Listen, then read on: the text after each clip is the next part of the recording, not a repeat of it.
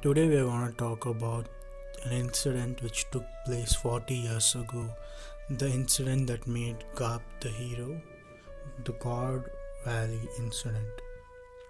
So before we get into today's video, I would like to make one thing very clear. This video is purely based on my assumption and it's just a speculation. Many of the things that I'm going to say may or may not be true or come true in the future. So keep that in mind and let's get into the video. So 40 years ago at Marineford headquarters, we have the fleet admiral ordering a new admiral Monkey D. Dragon to accompany celestial dragons to an island called God's Valley. So God's Valley is basically like a vacation home for celestial dragons. So Monkey D. Dragon is in charge of taking the celestial dragon, escorting them to God's Valley. Monkey D. Dragon has recently been promoted from Vice Admiral to Admiral. He has heard about all the evil doings of the celestial dragon, but he has not seen it firsthand. Monkey D. Dragon has recently been promoted from Vice Admiral to Admiral. He has heard about all the evil doings of the celestial dragon but has never seen it in person. So as the cargoes are being loaded into the celestial dragon's ship, Dragon is standing by the harbor and he hears screaming of children, and the moment he turns back he looks small kids tied up in chain and being dragged. The slaves of the celestial dragons are being loaded into the cargo ship along with all the other cargoes. Dragon is heartbroken because you have to understand, Dragon is the son of Garp and he is a very good person. So it's in his blood. When he sees some kind of injustice, he wants to act. He's a marine. But however, he can't do anything. If the same thing was done by pirates, Dragon would have destroyed them, but now it's the celestial dragons, so Dragon cannot do anything. At this point, Dragon remembers Garp's advice to him. Garp, before Dragon accepted his promotion as Admiral, Garp stops Dragon. He tells, "Son, don't become a marine base Admiral, because you will be put directly under the celestial dragons." So this was constantly popping up into Dragon's head. Now he understands why Garp never became an admiral and why he didn't want Dragon to be admiral as well. So as the children are being dragged and the fish mermaids and the mermaids are being dragged into the ship, each of them crying, there's some kind of conflict growing inside Monkey D. Dragon. He starts to wonder, is what he's doing justice? What he's doing, is it the right thing? If it were pirates, he would have immediately acted upon and freed these children. And he turns his eye away because one of the small kids is looking at Dragon and he's saying, "Marine, please help me. Please help me." And Dragon just can't do anything. His heart is torn into shreds. And as the celestial dragons enter into the ship, they start torturing the slaves. And throughout the voyage, the conflict that Monkey D. Dragon had within himself keeps on growing and growing. At the same time, somewhere in the New World, in a certain island called the Pirate Island, Rox the Exabag has gathered all of the main pirates except for Rogers there. He has Whitebeard, he has Big Mom, Kaido, Captain John, Silver Axe, Shaky, everyone is there. And Rox the Exabag proposes an idea, a grand scheme. He talks about God Valley. He explains how the celestial dragons once or twice in a year go off to this island, God's Valley, where they play and torture with their slaves. But along with them comes a lot of gold, money, valuable cargo, devil fruits. So if the Rocks pirates were to raid the island, they would make a fortune. So this was the best scheme to become highly wealthy. So when he was pitching this plan, the other pirates immediately agreed for different reasons, and majority of them having the reason of money, and some of them having the reason of making their own name. You will be on the front page of newspapers if you attack celestial dragons, right? So different people had different motives, but the Rocks Pirate was formed, and the Rocks Pirates are now heading towards God Valley. And somewhere in the Grand Line at this very moment, we have Vice Admiral Garp chasing a pirate who's not so famous yet. This pirate happens to be Goldie Rogers. This is very similar to what happened between Smoker and Luffy. Before Luffy even became a threat, before his bounty became somewhat substantial, reaching 100 million, 200 and so on, Smoker identified Luffy as a threat when his bounty was just 30 million and he just started out on his voyage to become the Pirate King. Similarly, Garp had finally caught up to Rogers, who he predicted to be a huge threat. Rogers is in the island and Garp is approaching the island. Just as Garp leaves his cabinet and prepares for fighting with Rogers, he sees small amount of smoke coming out from his cabinet drawer. He opens up the drawer and he sees his son's Viver card burning. So immediately Garp is worried. Without a shadow of doubt, Monkey D. Dragon is a very, very powerful character. And this is why Garp starts to worry. His son, Monkey D. Dragon, a marine base admiral's Viver card is burning. So wherever he's caught up, he must be in big trouble. However, he can't just let Rogers go. So he just puts the Viver card in his pocket and he decides to trust Dragon's ability to handle the situation, and he goes to confront Rogers. Both Rogers and Garp clash, and there is something different in this fight. Rogers immediately notices that Garp is not fighting at 100%. He sees that Garp is very distracted, and Rogers is easily able to beat Garp. And at one point Rogers stops and says, "What's wrong, Garp? You don't seem to be your old self. Is it that you're intimidated by me?" Garp retaliates by saying, "Shut up, you pirate. I'm gonna capture you today."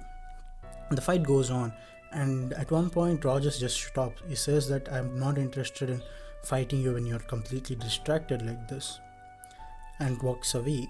Garp immediately puts his hand in his pocket to see his Viver card. The Viver card is half burnt. Rogers turns back, looks at Garp and the Viver card and asks, "Is this your son's Viver card, Garp?" And Garp replies, "It's none of your business." Even Rogers is worried at this point because he too knows how powerful a marine base admiral is. And Garp's son, Monkey D. Dragon, if someone as substantial as that has having their Viver card being burnt, then they might be in serious trouble. So Rogers immediately says that family is the most important thing. You can fight me another day. I won't run from you, Garp. And at this point, Garp turns around and, "I'll be back for you, Rogers," and starts walking towards his ship. Now Garp is setting sail for God's Valley. While Rogers is walking back towards his ship, he realizes something. If someone as strong as Monkey D. Dragon is having trouble, then whoever is involved must be really powerful. And Rogers being Rogers, he wants to find out who this person is. Who is this person who's giving a marine base admiral such an hard time? So what happens is, as he aboards his ship, Rogers looks at Rayleigh and says, "Rayleigh, we're gonna follow Garp." And Rogers starts following Garp. So at this point, Garp and Goldie Rogers are heading towards God's Valley.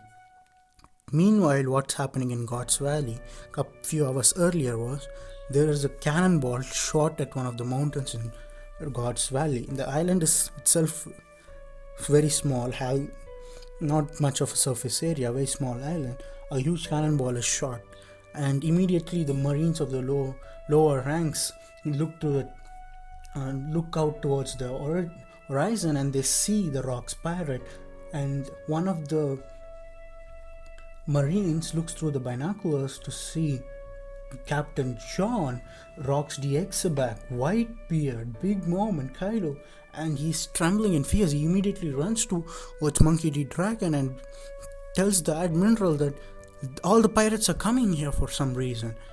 At first, the Admiral Monkey D. Dragon is completely shocked because even being Monkey D. Dragon, it is really, really hard to fight off so many characters, so many powerful characters. He doesn't believe it and looks through the binoculars, uses observational haki, and he confirms it. Legendary pirates are approaching. And one more important thing to note is all these characters are in their prime. Be it Whitebeard, be it Big Mom, be it Kaido, they're all in their young prime state. So they are more powerful than what they are today. So even Monkey D. Dragon will have a tough time. As soon as the Rocks pirate ship enters the shore, Monkey D. Dragon's immediate reaction was, I will fight with them, I will stall them. All of you get the celestial dragons and their slaves out of here. However, one of the arrogant celestial dragons comes out and says, no, you are going to protect us and we are going to have our fun. And it's a direct order from a celestial dragon. So Monkey D. Dragon can't disobey it. So all the celestial dragons are there, and Monkey D. Dragon is forced to fight Rocks, Whitebeard, Captain John, Shiki, Big Mom, and Kaido. So and all the other small fry marines, they don't stand a chance. Only persons who stand a chance are marine base admirals and few of vice admirals, capable vice admirals like Suru and Garp, both of them not being there at the time. So the fight is between Monkey D. Dragon and all the other members of the Rocks Pirate except for Edward Newgate, Whitebeard. What happens is when all the other pirates are fighting with Dragon, Whitebeard sneaks up and tries to flee the slaves. So you might be asking, why is Whitebeard doing that? So it's logic, because Whitebeard loves families and all these slaves are somewhat separated from their families. So Whitebeard tries to free them and gives them the small rowboats in the main ship and tells them to go back to their family. And at this point, Whitebeard meets a group of fishermen, young fishermen, and gives them a boat. However, these fishermen are not exactly fishermen. That's the reason why Whitebeard gave him a boat. They are humans pretending to be fishermen. As Whitebeard freed majority of the slaves, he is also forced to join the fight because the celestial dragon spot him, and Monkey D. Dragon is forced to engage with Whitebeard also. But these group of fishermen, pretending to be fishermen, the group of guys, they don't leave. One of the members of that group stays behind, and this person is no one else than Blackbeard, boy pretending to be a fisherman, and he was successful because his body was different. People believed it when it was told that he was a fisherman because of his body. Everyone else left. Only one boy from the slave faction was there. That was Blackbeard. Blackbeard experienced the entire fight between Monkey D. Dragon and all of the other pirates. So now Dragon is under more pressure because he sees the slaves escaping, and the celestial dragons don't want them. Once you are being marked as a slave, you have you are a slave until you die. So now it is tremendous amount of pressure for Monkey D. Dragon. Not the fact that he's just fighting the Rocks Pirate, but also the conflict which I mentioned is growing and growing. The slaves are escaping, that's a good thing. They are finally free. Monkey D. Dragon wanted that to happen, but at the same point, he's disobeying celestial dragons. So the conflict between dragon inside dragon grows, and this makes him sloppy during the fight. He's already at a ridiculous disadvantage, and this conflict within himself is making it even worse. So at this point, Rocks and the other pirates are getting the edge on Dragon. Before they land a finishing blow on Dragon, Garp flies into the island, punching out Rocks the Exabag, and there is the immediate fight between Garp, Rocks the Exabag, and following Garp, within seconds the Roger pirates arrive. Yes, it's not just Goldie Rogers. We have Silver Rayleigh, Gaban, Shanks, Buggy, the entire crew is there. So the Roger pirates, Garp, Dragon on one side versus Rocks and all the other members. The reason why Rogers is helping out Garp is natural, because he doesn't want Garp to die. There is this kind of friendship between Garp and Rogers, just like Luffy and Smoker. If you guys remember in Arabasta, when Smoker almost drowned, he would have died at that point when Luffy tells Zoro to save Smoker. So something very similar. For some reason, he didn't want Garp to die. Rogers didn't want Garp to die, so he joins in the fight, and the fight starts. And at this moment, the boy who was pretending to be Fishman, Blackbeard, watches the entire fight. The fight goes on for several days, and the boy keeps on watching. At this point, something happens to the boy. He looks at Rocks the Exabag and how he was able to convince such monsters to join him, and how he almost took out the Celestial Dragon. He started to admire. The fight goes on for several days, and at one point, Monkey D. Dragon loses the will to fight. He is just sitting in the middle of the battlefield, completely at loss. Even during the battle, you could see Celestial Dragons killing off their slaves who are trying to run. Monkey D. Dragon is traumatized by this. He is completely lost. He can't move, and the fight is now between Goldie Rogers, Garp, and versus Rocks Pirates. So eventually, Goldie Rogers and Garp defeat Captain Rocks, and having their lead, the captain, gone, the Rocks Pirates are unable to function as a group. They fight. When they're fighting, they accidentally hit each other, and they have this coordination which they had when Rocks was their captain is gone. So immediately the lower members of the Rocks Pirates start to flee, and at one point it became useless to continue the fight. So all the Rocks members leave as soon as the captain falls.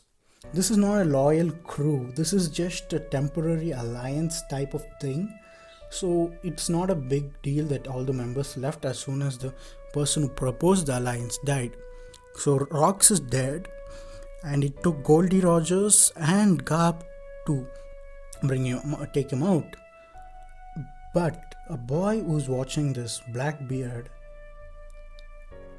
inherits Rocks the Exabag's will. So this is the main part here. And as soon as the ships are leaving,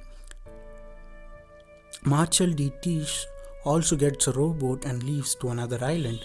And a couple of years later, at that island, he again pretends to be a fisherman, and Whitebeard recognizes him and takes him in.